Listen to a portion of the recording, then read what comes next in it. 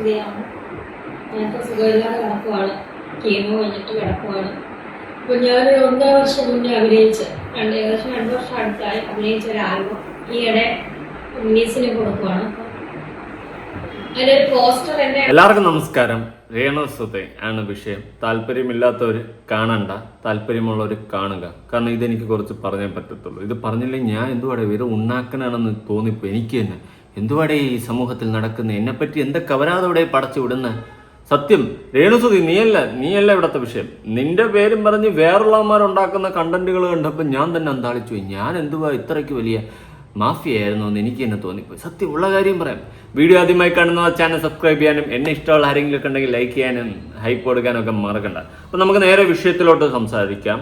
അതായത് ഇപ്പോൾ രേണുസുതിയുടെ എത്ര കീമോ എന്തോ കഴിഞ്ഞ് ഇപ്പോൾ റെസ്റ്റിലാണെന്നാണ് അറിയാൻ സാധിച്ചത്. രേണുവിൻ്റെ വീഡിയോ കണ്ടപ്പോൾ തന്നെ എനിക്ക് മനസ്സിലായി. അതുപോലെ ഇടയ്ക്ക് ഒരു ദിവസം ഇന്റർവ്യൂവിൽ വന്നിരുന്നിട്ട് എന്നെ പറ്റിയുടെ ഇല്ലാത്ത പച്ച അപരാധങ്ങൾ കുറിച്ച് പറഞ്ഞിട്ടുണ്ടായിരുന്നു. ഇവളതിൻ്റെ തെളിവൊക്കെ വിടുമെന്നൊക്കെ പറഞ്ഞിട്ടുണ്ടായിരുന്നു. തെളിവൊക്കെ വിട്ട് കഴിഞ്ഞിട്ട് നമുക്ക് ബാക്കി സംസാരിക്കാം. ഓക്കെ, എനിക്ക് ആ തെളിവ് കാണണം. എന്നിട്ട് ഇതൊക്കെ ഇങ്ങനത്തെ അപരാധം നിനക്കൊക്കെ ഏവളാണ് പറഞ്ഞു തന്നെന്നും കൂടിയൊക്കെ നീയൊക്കെ കാണിക്കണം. കാരണം ആ ലെവലിൽ ഞാൻ കൊണ്ടെത്തിക്കും.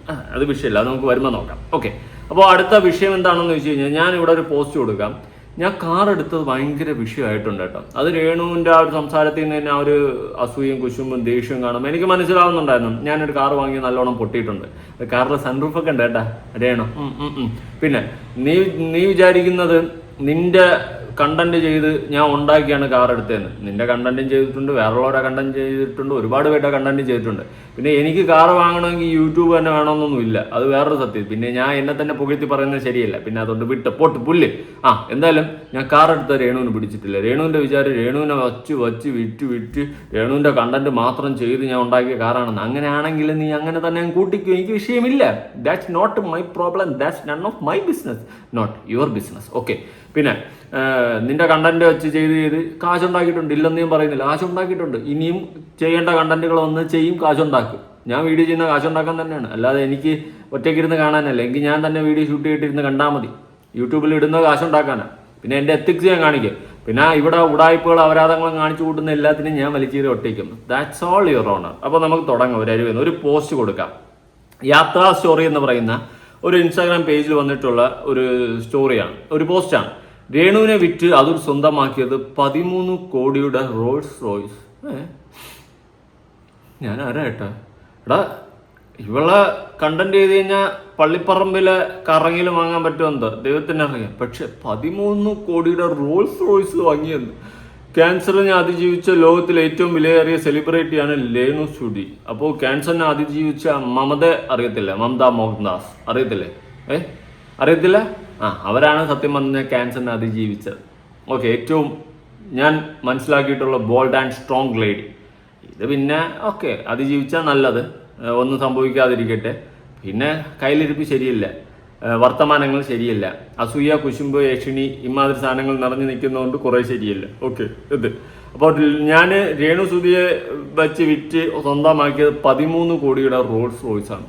ഈ 13 കോടി ഉണ്ടെങ്കിൽ ഞാൻ FD കൊണ്ടിട്ടിട്ട് വെറുതെ ഇരുന്നാൽ മതിയായിരുന്നു. ആയുഷ്കാലം മൊത്തം എനിക്ക് സുഖമായിട്ട് ജീവിക്കാൻ. തള്ളുമ്പം മയത്തി തള്ളടേ. ഇതിന് ഞാൻ തന്നെ ഒരു കമന്റ് ഇട്ടിട്ടുണ്ടായിരുന്നു. അതിന് മുന്നേ ഞാൻ വേറൊരു കമന്റ് കൊടുക്കാം. ഇതിനെ വിറ്റ് കിട്ടിയത് അമ്പലപ്പറമ്പിൽ വിൽക്കുന്ന ടോയ് കാറാണ് എന്ന് അതുൽ. ഞാൻ തന്നെ റിപ്ലൈ ചിരിച്ചിട്ടുണ്ട്. പക്ഷെ എൻ്റെ പൊന്ന് ഷിജേഷ് ശിവ ബ്രോ, ഇത് അത്രയ്ക്ക് മ്ലാച്ചാണ് ആരാണോ? നിന്നെ പറ്റിയിട്ട് നാട്ടുകാർ പറയണ കേട്ടോ, നിനക്ക് അത്ര വിലയുള്ളൂന്ന്. ഞാനൊന്നും പറയണില്ലേ. ഇനി ഞാൻ ഒരു കമന്റ് ഇട്ടിട്ടുണ്ട്, ഒരു മയത്തിൽ തള്ളു എന്തുവാടെ റോൾസ് റോയ്സ് ഒക്കെ എടുത്തെന്ന്. ഞാൻ ആരാ ഏട്ടാ? എടാ ഭയങ്കര എന്നെ മെൻഷൻ ചെയ്യുന്നുണ്ട്. ഡാനി വന്നിട്ട് 13 7 CR ആണ്. സൂപ്പർ. ഇതൊക്കെ എപ്പോ എന്നിട്ട് നമ്മൾ ഇതൊന്നും അറിഞ്ഞില്ലല്ലോ എന്ന് പറഞ്ഞ് അഖിലയും കമന്റ് ചെയ്തിട്ടുണ്ട്. അങ്ങനെ ആൾക്കാരൊക്കെ കമന്റ് ചെയ്യുന്നുണ്ട്. ഇതൊന്നുമല്ല, ഇനിയും പോസ്റ്റുകളുണ്ട്. ഓക്കെ, അതിലോട്ട് വരാം. അതിന് 2 കമന്റ് വായിക്കട്ടെ. ഇത്രയും കോടി ഇവൾക്ക് എങ്ങനെ കിട്ടി? ആരാ കൊടുത്തത്? പിന്നെ എന്ത് കണ്ടിട്ടാണോ കൊടുത്തത്? ശബരി കൃഷ്ണയ്ക്ക് കാര്യം മനസ്സിലായില്ലെന്ന് തോന്നുന്നു. പോട്ടെണ്ണ അമ്പട മലരേ. ഇത് വേറെ ഏതോ അബ്ദുലിനെയൊക്കെ മെൻഷൻ ചെയ്തിരിക്കുന്നു. പോട്ടെ. രോഗം വന്നാൽ ചികിത്സിക്കും, അത് വിറ്റ് പണമുണ്ടാക്കുന്നതാണോ സെലിബ്രിറ്റി? ഇതിലും വലിയ രോഗങ്ങൾ അതിജീവിച്ച മരണത്തെ മുന്നിൽ കണ്ട് ജീവിക്കുന്ന 100 കണക്കിന് മനുഷ്യരുണ്ട് കേരളത്തിൽ. അവരാണ് യഥാർത്ഥ സെലിബ്രിറ്റികൾ, പോരാളികൾ. ഈ പോസ്റ്റ്മാന് അറിയില്ല എങ്കിൽ തിരുവനന്തപുരം RCC പരിസരത്തും കോഴിക്കോട് മെഡിക്കൽ കോളേജിലെ ക്യാൻസർ ചികിത്സാ ഡിപ്പാർട്ട്മെന്റ് പരിസരത്തും ഒന്ന് പോയി നോക്കണം. അപ്പോൾ യുവരാജാവ് ചിരിച്ച് ചത്തു എന്നൊക്കെ പറഞ്ഞ ആൾക്കാർ കമന്റ് ചെയ്യുന്നുണ്ട്. ഞാൻ അടുത്തൊരു പോസ്റ്റ് വായിക്കാം. ഇംപ്രൂട്ടൺ ഇട്ടിട്ടുള്ളതാണ്. ബ്രേക്കിംഗ് ന്യൂസ് തള്ളത്തിന് നോക്കട്ടെ. പണ്ട് വായിച്ച ദേവത കഥകളിൽ ഒരു ദേവതയുണ്ടായിരുന്നു. ഓക്കെ, ആ ദേവതയെ ഒരു സാത്താൻ സ്ഥിരമായി കുറ്റം പറയുമായിരുന്നു.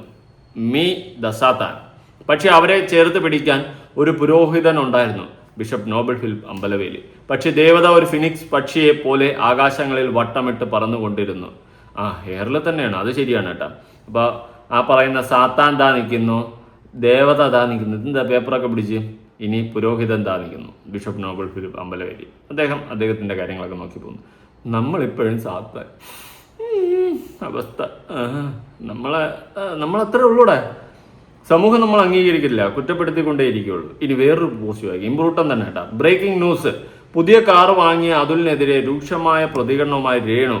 കുഞ്ഞിക്കുഞ്ഞിനെ പോലുള്ള നിനക്ക് വല്ല പണിക്കും പൊയ്ക്കൂടെ മോനെ അതുലെ, രേണു സുതി എന്ന് പറഞ്ഞുകൊണ്ടാണ് ഈ പോസ്റ്റ് ഇട്ടിട്ടുള്ളത്. ഞാൻ ഒരിടത്തും കണ്ടില്ല രേണു എന്നെ കുഞ്ഞിക്കൂനാന്ന് പറയുന്നത്. ഉണ്ടക്കണ്ണാന്ന് വിളിച്ചിട്ടുണ്ടായിരുന്നു. അല്ലാതെ ഈ ഇംപ്രൂട്ടൻ എന്ന് പറയുന്ന വേട്ടവാളിയം പറയുന്നത് പോലെ രേണു ഒരു സ്ഥലത്തും എന്നെ കുഞ്ഞിക്കൂനാന്ന് വിളിച്ചിട്ടില്ല.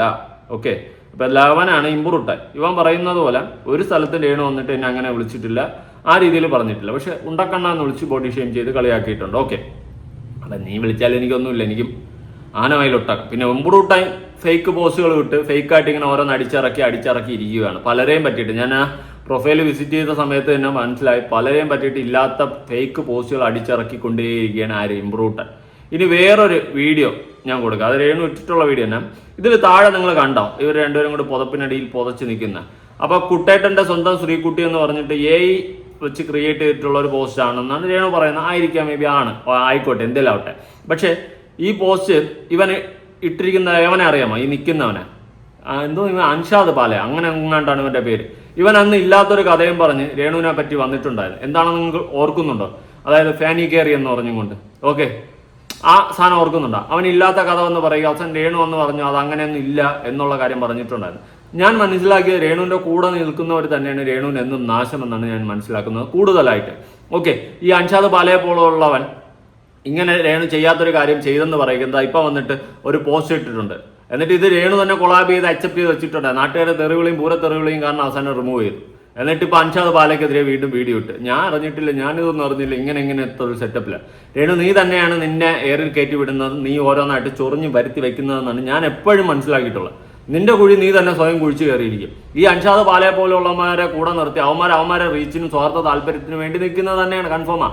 ഇവനെയൊന്നും അല്ല ഒരു പട്ടിക്കുഞ്ഞോലും മൈൻഡ് ചെയ്യത്തില്ല. അപ്പൊ നിന്റെ കൂടെ വന്നിട്ട് നെഗറ്റീവ് ആയാലും 10 ആളറിയും. ഈ പ്രജീഷിനെയൊക്കെ അറിഞ്ഞതുപോലെ അങ്ങനെ ഒരു റീച്ച് ഉണ്ടാക്കിയിട്ട് അവസാനം വലിയും. അപ്പൊ നിന്റെ വിചാരം ഇവനൊക്കെ കൂടെ നിന്ന് നിനക്കൊക്കെ കട്ട സപ്പോർട്ടായിട്ട് നിൽക്കുന്നു. നീ തന്നെ ഒരു വീഡിയോയിൽ പറഞ്ഞിട്ടുണ്ട് കൂടെ നിന്ന് ആരും നിന്നെ കാണാൻ പോലും വന്നിട്ടില്ലെന്ന്. എന്നാൽ നീ പ്രതീക്ഷിക്കാത്ത ആൾക്കാരാണ് നിന്നെ കാണാൻ വന്നതെന്ന് നീ തന്നെ ഒരു വീഡിയോയിലും പറഞ്ഞിട്ടുണ്ട്. അതിനർത്ഥം എന്താ? നിന്റെ കൂടെ നിന്നവരെല്ലാം നിന്നെ വെച്ച് മുതലെടുപ്പ് നടത്താനും നിന്നെ വെച്ച് റീച്ച് ഉണ്ടാക്കാനും കാശുണ്ടാക്കാനും വേണ്ടി മാത്രമായിരുന്നു നിന്നത്. നിനക്കൊരു ദുരിത അവസ്ഥ ഉണ്ടായപ്പോൾ ഈ കൂടെ നിന്ന ഒരു പട്ടിക്കുഞ്ഞുങ്ങളും ഇല്ല. അന്ന് കൂടെ നിന്നിട്ട് രേണുക്ക് ജയ് രേണുസുതിയാണ് ഉയരെന്ന് പറഞ്ഞ് വിളിച്ചുകൊണ്ട് നിന്ന ഒരു മനുഷ്യനെ പോലും ഇപ്പൊ കാണാനില്ല കൂടെ. അതെന്തുകൊണ്ടാ? ചിന്തിക്ക്. ഞാൻ പറയുന്നത് യൂസ് കോമൺ സെൻസ് ആൻഡ് ചിന്തിക്കൂ. അതായത് നിന്റെ കൂടെ നിൽക്കുന്ന സകലമാന മനുഷ്യരും, പക്ഷെ നിനക്ക് എതിരെ നിൽക്കുന്നവരെ എതിരെ നിൽക്കുന്നു എന്നെങ്കിലും നിനക്ക് പറയാൻ സാധിക്കും. പക്ഷെ നിന്റെ കൂടെ നിൽക്കുന്നവർ നിന്നെ മുതലെടുപ്പ് നടത്തി നിന്നെ യൂസ് ചെയ്തുകൊണ്ടിരിക്കുകയാണെന്നുള്ള സത്യം നീ നാളെ അല്ലെങ്കിൽ ഇന്ന് മനസ്സിലാക്കണം. ഇപ്പൊ ഈ അൻഷാദ് പാലയെ പോലെ ഉള്ളവൻ വന്നിട്ട് ഇങ്ങനെ ഒരു സാധനം ഇടുന്നു, നീ കൊളാബ് അടിക്കുന്നു, എന്നിട്ട് അവസാനം നെഗറ്റീവ് ആവുന്നു, നീ അവനെതിരെ സംസാരിക്കുന്നുണ്ട്. അവനൊക്കെ എന്താ ഉദ്ദേശിക്കുന്നത്? ഇതുപോലത്തെ ഒരു പോസ്റ്റ് ഇട്ടാലും അത് രേണുവിനെ കൺവിൻസ് ചെയ്യുക, അങ്ങനെയല്ല ഇങ്ങനെയാണെന്നൊക്കെ പറഞ്ഞ് ആണെന്നൊക്കെ പറഞ്ഞ് രേണുവിനെ തന്നെ കൺവിൻസ് ചെയ്തിട്ട് ഇവളെ കൊണ്ടുതന്നെ കൊളാബ് ചെയ്യിച്ച് ഇടിപ്പിക്കും. അവസാനം നാട്ടുകാരുടെ തെറിവിളി കിട്ടുന്ന ആർക്കാം? അൻഷാദ് പാലയ്ക്കല്ല, രേണുസുതിക്കാം. അത് നീ വരുത്തി വെക്കുന്നതാണ്. ഇതേ ഞാൻ പറയുള്ളൂ. നീ തന്നെ നിന്റെ ലൈഫിൽ ഓരോന്ന് വരുത്തി വെച്ച് ഈ കോലത്തിൽ ആയിരിക്കുന്നത്. മണ്ടത്തരങ്ങളുടെ ഒരു ഘോഷയാത്രയാണ് രേണുസുതിയുടെ ജീവിതം എന്ന് ഞാൻ പറഞ്ഞു കഴിഞ്ഞാൽ നിങ്ങൾക്ക് തിരുത്താൻ പറ്റുമോ? ഇല്ല, ഞാൻ തിരുത്തത്തില്ല. ഇനി ആ വീഡിയോ ഒന്ന് കണ്ടു നോക്കാം. രേണു ഇതിന് എക്സ്പ്ലനേഷൻ കൊടുക്കുന്നുണ്ടല്ലോ.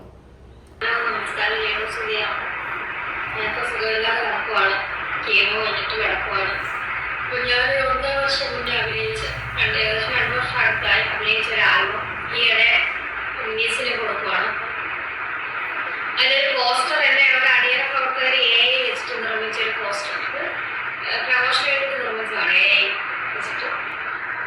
ഓക്കെ, AI വെച്ചിട്ട് ഒരു പോസ്റ്റർ ഉണ്ടാക്കിയതാണെന്ന് പറഞ്ഞുകൊണ്ട് നീ പറയുന്നുണ്ടല്ലോ, നീ എൻ്റെ തമ്മിലിലും കുറ്റം പറയല്ലോ അറിയണു. ഞാൻ മറ്റേ ചെയ്ത് മറിച്ച് ചെയ്തെന്ന് പറഞ്ഞ് എൻ്റെ വീഡിയോയിൽ ഇല്ലാത്ത കാര്യം ഇന്നവരെ പറഞ്ഞില്ല. പിന്നെ തമ്മിലിൽ ആൾക്കാർ കമന്റിൽ പറയുന്നതോ അല്ലെങ്കിൽ മറ്റെന്തെങ്കിലും കാര്യവുമായി ബന്ധപ്പെട്ട് ഞാൻ ക്വസ്റ്റ്യൻ മാർക്ക് ഇട്ട് വയ്ക്കാറുണ്ട്. ഓക്കെ, നീ എൻ്റെ തമ്മിലിനെ കുറ്റം പറയും. ഇന്ന് ഈ അൻഷാദ് പാലയ്ക്കെതിരെയാണെങ്കിൽ സംസാരിക്കാനുള്ള ചങ്കുറ്റം ഉണ്ടോ?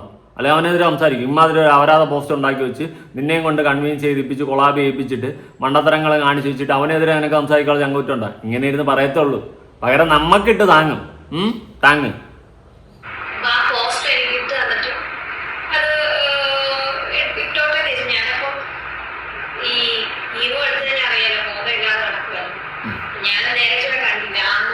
അല്ല, കീമോ എടുത്താൽ മാത്രമല്ല, അല്ലെങ്കിൽ നിനക്ക് ബോധമില്ല. ഞാൻ ഉള്ള കാര്യം പറയും, ഇപ്പോഴെന്നല്ല പണ്ടേ നിനക്ക് ബോധമില്ല. കാരണം നീ ചെയ്യുന്ന എല്ലാം വിട്ടിത്തരങ്ങളാണ്. ജീവിതത്തിൽ അന്ന് മുതൽ നീ ചെയ്തിട്ടുള്ളത് വിട്ടിത്തരങ്ങൾ മാത്രമാണ്. നിനക്ക് എന്ത് ചെയ്യണമെന്ന് അറിയത്തില്ല.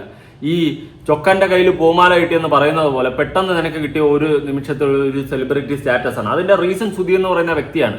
എന്നിട്ട് നിനക്ക് ആ സെലിബ്രിറ്റി സ്റ്റാറ്റസ് കിട്ടിയത് എങ്ങനെയാണെന്ന് ചോദിച്ചു കഴിഞ്ഞാൽ, നീ കാണിച്ച കോപ്രായങ്ങളെ റിയാക്ഷൻ വീഡിയോ ചെയ്യുന്ന നമ്മളെ പോലുള്ളവരെ എടുത്ത് റിയാക്ട് ചെയ്തപ്പോഴാണ് അങ്ങോട്ടും ഇങ്ങോട്ടും പിന്നെ നാട്ടുകാർ നിന്നെ ശ്രദ്ധിക്കാൻ തുടങ്ങിയത്.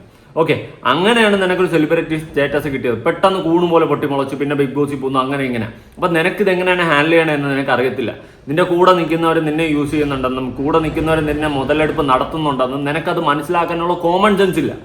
അവിടെയാണ് നീ എന്ന് പറയുന്നവർക്ക് ബോധവും വിവരവും പൊക്കണോ ഇല്ല എന്ന് ഞാൻ പണ്ടായി പറയുന്നത്. കാരണം നിന്റെ കൂടെ നിൽക്കുന്ന എല്ലാവരും നിന്നെ വെച്ച് മുതലെടുപ്പ് നടത്തുകയാണ്. അത് മനസ്സിലാക്കണമെങ്കിൽ സാമാന്യ ബോധവും ബുദ്ധിയും വേണം. ഇപ്പോഴും നിനക്കത് മനസ്സിലായിട്ടില്ല. ഇപ്പോഴും ഒരാൾ വന്ന് ചിരിച്ചു കാണിച്ച് സംസാരിച്ച് കഴിഞ്ഞാൽ നിന്നോടുള്ള സഹതാപവും സ്നേഹവും കൊണ്ടാണെന്നാണ് നീ വിശ്വസിക്കുന്നത്. പക്ഷെ അങ്ങനെയല്ല, അത് നൈഹേ നിന്നെ മുതലെടുപ്പ് നടത്തുകയാണ് സജി. അതെന്നും നീ മനസ്സിലാക്കുക, എന്താ ദൈവത്തിനറിയാം. പിന്നെ ഞാൻ ഇപ്പോഴും പറയും, നീ വാടച്ചുണ്ടായിരുന്ന നിന്റെ കാര്യങ്ങൾ നോക്കി പൊക്കി കഴിഞ്ഞാൽ ഒരു കുഴപ്പമില്ല. പകരം കിച്ചുവിനെ വലിച്ചിട്ട് അവനെ ഡ്രാഗ് ചെയ്തിട്ട് ആവശ്യമില്ലാത്ത തൊട്ടി വർത്താനം പറയുമ്പോഴാണ് നീ അറിയിപ്പോകുന്നത്. കേട്ടോ?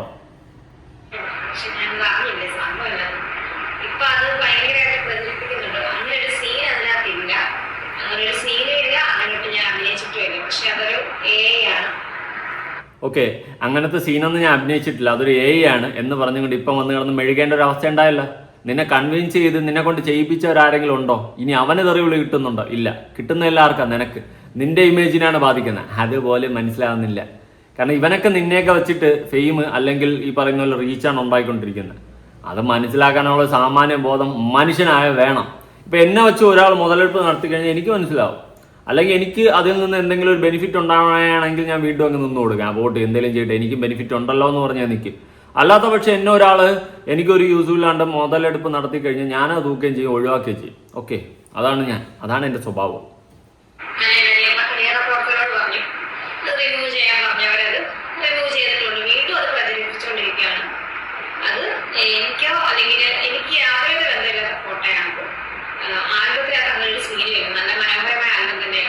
നല്ല മനോഹരമായ ആൽബമായിരിക്കും. പിന്നെ ഇത് പോയി കാണലല്ലേ എൻ്റെ ജോലി. ചുമ്മാ എൻ്റെ സമയം കളയാനെന്ന് വെച്ചാൽ ഉള്ള കാര്യം പറയല്ലോ. ഇമാതിരി ആൽബം കണ്ട് എൻ്റെ സമയം കളഞ്ഞ് ഞാൻ എന്തിനു വെറുതെ ഇരിക്കുന്നത്? ഓക്കെ, അപ്പം നീ ആദ്യം മനസ്സിലാക്കേണ്ടതെന്ന് വെച്ച് കഴിഞ്ഞാൽ, നിന്നെ വെച്ച് മുതലെടുപ്പാണ് ഇവിടെ പലരും നടത്തുന്നത്. ആ ഒരു സത്യം നീ തിരിച്ചറിയാൻ. ഒരു പക്ഷെ നീ അറിഞ്ഞിട്ടും ഇങ്ങനെ നിന്നു കൊടുക്കുന്നതാണോന്ന് എനിക്കറിയത്തില്ല. ഓക്കെ, പിന്നെ നിന്റെ കൂടെ ഉണ്ടായിരുന്ന സജിന, ശ്രീതു, ഇവരൊക്കെ ഇപ്പോൾ എവിടെയാ? നിനക്കെതിരെ വീഡിയോ ചെയ്യുന്നുണ്ടെന്ന് തോന്നുന്നു അല്ലേ? ആണെന്ന് തോന്നുന്നു. ഞാൻ ഇടയ്ക്കെങ്ങാണ്ട് ഒരു വീഡിയോ കണ്ടപ്പോൾ നിനക്കെതിരെ സംസാരിക്കുന്നുണ്ട്. അപ്പം നിന്റെ കൂടെ ഇപ്പം സത്യം പറഞ്ഞാൽ ആരും ഇല്ല എന്നാണ് ഞാനും മനസ്സിലാക്കുന്നത്. ആരൊക്കെ ഉണ്ടോ ഇല്ല എന്നൊക്കെ നീ തന്നെ ഒന്ന് ചെകഞ്ഞിരുന്ന് നോക്കുക. വിട്ടിത്തരങ്ങളും മണ്ടത്തരങ്ങളും സ്വന്തം റീച്ചിന് വേണ്ടിയിട്ട് ഇപ്പോൾ ചാനലുകാരായാലും നിനക്കൊന്ന് കുറച്ച് കാശ് തന്നു. നിനക്ക് കാശിന് ആവശ്യമാണ്. ഓക്കെ, കാശിന് ആവശ്യമെന്ന് പറഞ്ഞ് ആ ഒരു ഇൻ്റർവ്യൂ കൊടുത്തിട്ട് അവർ ചോദിക്കുന്ന ചോദ്യങ്ങൾക്ക് എന്ത് തോന്നിയ വിളിച്ച് പറയുന്നതല്ല നീ ചെയ്യേണ്ടത്. എനിക്ക് ആ ചോദ്യം താല്പര്യമില്ല, വേറെ ചോദിക്കൂ. എൻ്റെ അസുഖത്തിനെ പറ്റിയോ കാര്യങ്ങളെ പറ്റിയോ ചോദിക്കാൻ പറയണം. പകരം നീ ഇൻ്റർവ്യൂ കൊടുത്ത് കിച്ചുവിനെ കുറ്റപ്പെടുത്താൻ വേണ്ടി ഇട്ട് കൊടുത്ത് കിച്ചുവിനെ സൈബർ അറ്റാക്കിന് ഇട്ട് കൊടുക്കുന്നു. എന്നിട്ട് കിച്ചു വന്നിട്ട് ഋതപ്പന് ബർത്ത്ഡേ വിഷ് ചെയ്തപ്പോൾ അത് കുറ്റം. അതിൽ നീ അവിടെ കുറ്റം കണ്ടെത്തി അവിടെ അവനെ ഒരുമാതിരി താറടിക്കാൻ ശ്രമിക്കുന്നുണ്ട്. ഇതൊക്കെ കാണുമ്പോൾ സത്യം ജനങ്ങൾക്ക് നിന്നോട് പുച്ഛവും വെറുപ്പമാണ് തോന്നുന്നത്. എടാ, ഞാൻ ഒരൊറ്റ കാര്യം പറയാം. നിന്നെ വെറുത്ത് പണ്ടാരടങ്ങി നാട്ടുകാർ മൊത്തം പൂരത്തെറി വിളിച്ചുകൊണ്ടിരുന്ന സമയത്താണ് നിനക്ക് ക്യാൻസർ എന്ന് പറയുന്ന ആ ഒരു ആർക്കും വരാൻ പാടില്ലാത്തൊരു അസുഖം നിനക്ക് വന്നത്. അന്നു മുതൽ എല്ലാവരും സഹതാപത്തിലായി, ഞാൻ ഉൾപ്പെടെ. ഇനി രേണുവിൻ്റെ കണ്ടന്റ് ചെയ്യുന്നില്ല, സഹതാപം തോന്നി. ഒരു പോട്ട് എങ്ങനെയെങ്കിലും ജീവിക്കട്ടെ എന്ന് പറഞ്ഞ് ചെയ്ത കാര്യങ്ങളോ അല്ലെ ചെയ്ത് വച്ചിട്ടുള്ള കാര്യങ്ങളോ ശരിയാണെന്നല്ല, പക്ഷെ എങ്ങനെയെങ്കിലും ജീവിക്കട്ടെ എന്നെല്ലാവരും പറഞ്ഞു, ഞാൻ അടക്കം പറഞ്ഞു. ഓക്കെ, പക്ഷേ എന്താ സംഭവിച്ചത്? പിന്നെ നീ തന്നെ വരുത്തി വെച്ചു. കാരണം കിച്ചു എന്ന് പറയുന്ന ആ പയ്യനെ നീ സൈബർ അറ്റാക്കിന് ഇട്ട് കൊടുക്കാൻ ശ്രമിക്കുകയും അങ്ങനെ ഇട്ട് കൊടുക്കുകയും ചെയ്തപ്പോൾ നിനക്കെതിരെ ജനങ്ങൾ തിരിഞ്ഞു. അതുപോലെ നീ ഋതപ്പറിന്റെ ബർത്ത്ഡേ വിഷിന്റെ ഒരു കേസ് പറഞ്ഞപ്പോൾ അവൻ വേണമെങ്കിൽ വിളിക്കാമായിരുന്നു, വിളിച്ചിട്ട് വരാമായിരുന്നു, അങ്ങനെ ഇങ്ങനെയൊക്കെ പറഞ്ഞല്ലോ. എൻ്റെ കമന്റ് ബോക്സിൽ ഒരുപാട് കമന്റ് ഉണ്ടായിരുന്നു. നീ അവനെ ബ്ലോക്ക് ചെയ്ത് വെച്ചിട്ടുള്ള നീ ഏതോ വീഡിയോയിൽ പറഞ്ഞിട്ടുണ്ട്, ഞാനത് മറന്നുപോയായിരുന്നു. അപ്പം അങ്ങനെയൊക്കെ ചെയ്തിട്ടുണ്ടെങ്കിൽ പിന്നെ അവൻ എങ്ങനെ വരാൻ, അവൻ എങ്ങനെ വരും? എനിക്കതൊന്ന് ക്ലാരിഫൈ ചെയ്ത് തരാൻ പറ്റുകയാണ്. അതുകൊണ്ട് മണ്ടത്തരങ്ങൾ കാണിക്കില്ല. ഈ അൻഷാദ് പാലയെ പോലെ ഉള്ളവന്മാരൊക്കെ കൂടെ നിർത്തി കഴിഞ്ഞാൽ നിനക്ക് നെഗറ്റീവിൽ നിന്ന് നെഗറ്റീവ് മാത്രമേ സമ്പാദിച്ച് കൂട്ടാൻ കാണത്തുള്ളൂ. ഇനിയുള്ള കാലമെങ്കിലും മാന്യവും മര്യാദയ്ക്കും ജീവിക്കാൻ നോക്ക്. എനിക്കത്രേ പറയാനുള്ളൂ.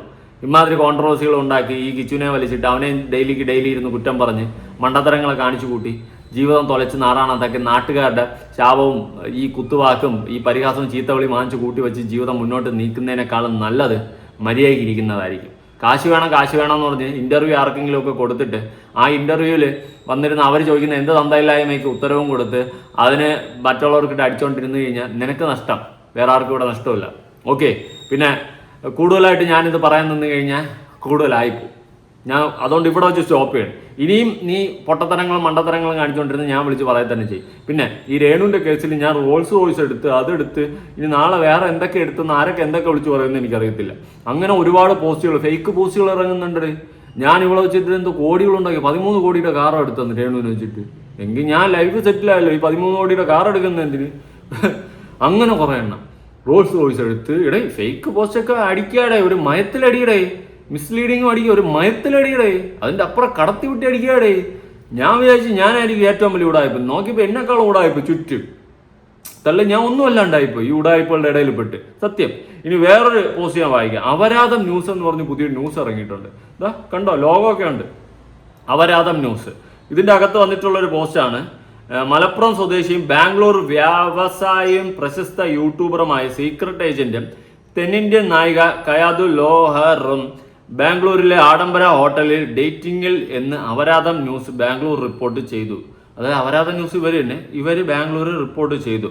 ഇരുവരും IPL ഫൈനൽ കാണാൻ വിന്നസ്വാമിയിൽ വന്നപ്പോഴുള്ള സ്വകാര്യ നിമിഷങ്ങൾ ഇതിനു മുന്നേ സമൂഹ മാധ്യമത്തിൽ ശ്രദ്ധ നേടിയിരുന്നു. തള്ളേ, രണ്ടുപേരും കൂടി ഡേറ്റിങ്ങിന് പോയെന്ന് പറഞ്ഞുകൊണ്ട് അങ്ങനെ അപരാധം പടച്ചു വിടുന്നു. നീ കറക്റ്റ് അപരാധം ന്യൂസാടാ. നിന്റെ പേരിനൊത്ത ന്യൂസാണ് നീ അടിച്ചു വിടുന്നത്, അപരാധം ന്യൂസ്. ഓ സായി, സായി ഒരു കിടിലം തന്നെ. ആഡംബര ഹോട്ടൽ ഇതാ ലീല പാലസ് ബാംഗ്ലൂർ. ഇതേത് റോൾസ് റോയ്സാ? ബെൻസ് ജാഗുറ. റോൾസ് റോയ്സിന്റെ ഫ്രണ്ടും അത് തന്നെ. റോൾസ് റോയ്സ് എന്നെന്നാണോ നമ്മൾ ഉദ്ദേശിച്ചത്? എയിൽ ചെയ്തു വന്നപ്പം BMW റോൾസ് റോയ്സിൽ പെറ്റ ജാഗൂർ ആയിപ്പോയി എന്ന് തോന്നുന്നു. ഓക്കെ. അപ്പൊ ഇങ്ങനത്തെ ഒക്കെ അപരാധങ്ങൾ അടിച്ചു വിടുന്നു പലരും. ഓക്കെ, ഇതൊക്കെയാണ് ഇവിടെ നടക്കുന്നത്. എന്തൊക്കെയാണ് കൊച്ചു കേരളത്തിൽ നടക്കുന്നതെന്ന് വെച്ച് കഴിഞ്ഞാൽ എനിക്കൊന്നും അറിഞ്ഞൂടാ. സായിദിന് മറുപടി കൊടുത്തിട്ടുണ്ടായിരുന്നു. ഓക്കെ, എന്നാലും ഇത് എങ്ങനെ ലീക്കായി? അവൻ ഇതൊരു അഭിമാനമായിട്ട് എടുത്ത് വെച്ചിട്ട് തെന്നിന്ത്യൻ ധൈര്യത്തിൻ്റെ കൂടെ എന്നെ പറഞ്ഞ അപരാധ ന്യൂസാണ്. നീ കറക്റ്റാ.